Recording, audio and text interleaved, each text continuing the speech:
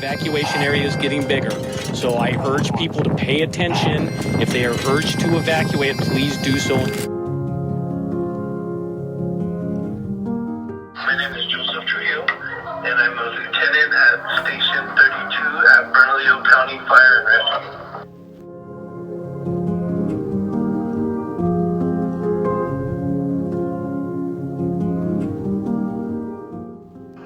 So the worst conditions for wildland fires is typically going to be low relative humidity, which is something that happens when the wind and the heat or drought comes around. Our relative humidities and the humidity inside of the fuels, the grass, the leaves, the trees, it drops.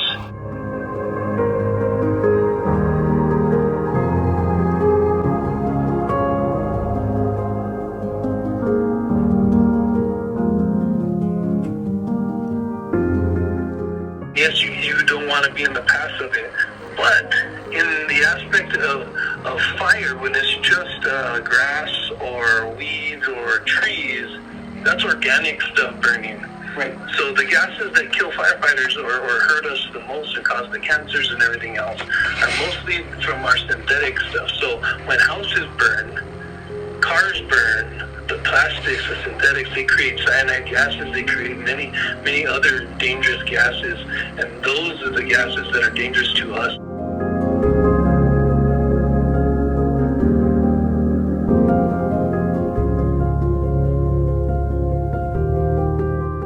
To take care of at least, or try to take care of at least the first 4 hours of a major wildland fire. After the first 4 hours, the state and the federal government, depending where the fire is, whether it's on state land or federal land, come in and they take over with their large crews, because we don't have the manpower to take care of these large fires. So typically what we do is if it's a small enough fire that we can get around and put out ourselves, we'll take care of it. If we cannot, we call in the resources such as the state forestry and the federal forestry.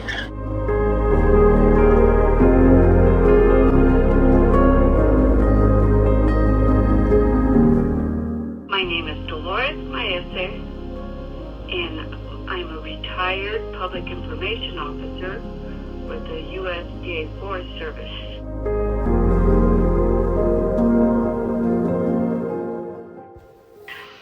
Well, the one in California that I worked at, that was the largest at the time, and that was like in the early 90s, was, and I can't even remember the actual name of the fire, but it was near Ojai, California. And we had over 3,000 people on that fire, working the fire. So that included fire crews from all over the nation, from California, Arizona, any state that had resources that were needed were there and working. And since then, there has been bigger fires in California.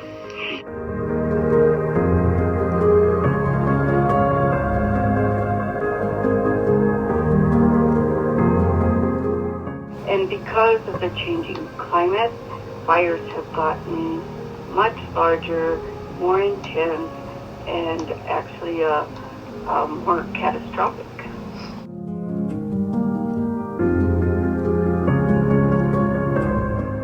So I've got like 40 years of working with fire and wildland fires, and some of those big fires that I was involved in, you'd hear that from the firefighters, from the fire management, that they've never seen a fire like that. And you've seen that progress every year.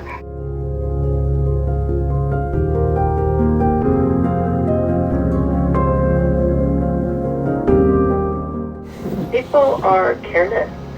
People are careless. Like in the summertime, they go camping and they think they've put their fire out because they've thrown a little bit of water on it, but you're supposed to throw water on it, mix it, throw more water on it, mix it, until you can actually put your hand near it and not feel any heat from it.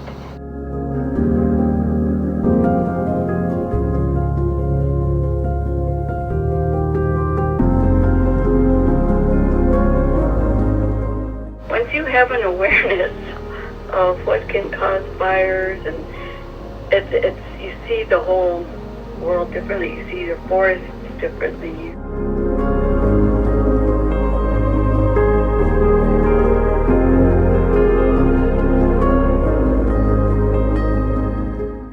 This last one we did, yeah. This last fire in November, we were in the Simi Valley, which is in kind of the outskirts of LA.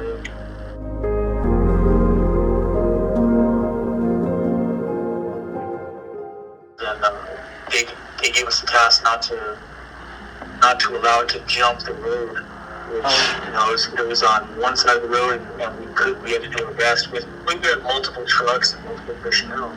Right. To not allow it to jump to the other side, because if it jumps to the other side, then it was going to go uncontrolled, and there was a bunch of houses and stuff like that. So we were given a task, and it got pretty hairy.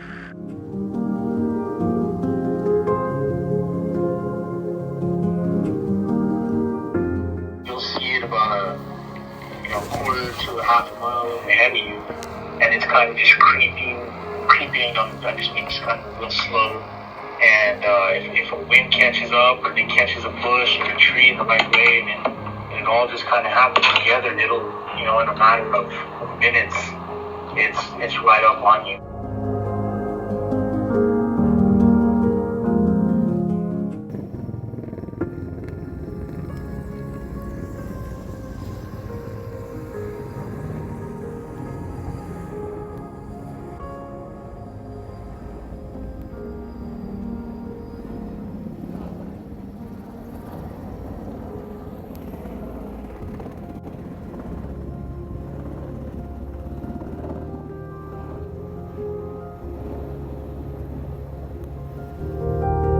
Depending on the circumstances, has potential to get very large very quick, and by large I mean several hundred personnel to eventually even thousands within a couple of days.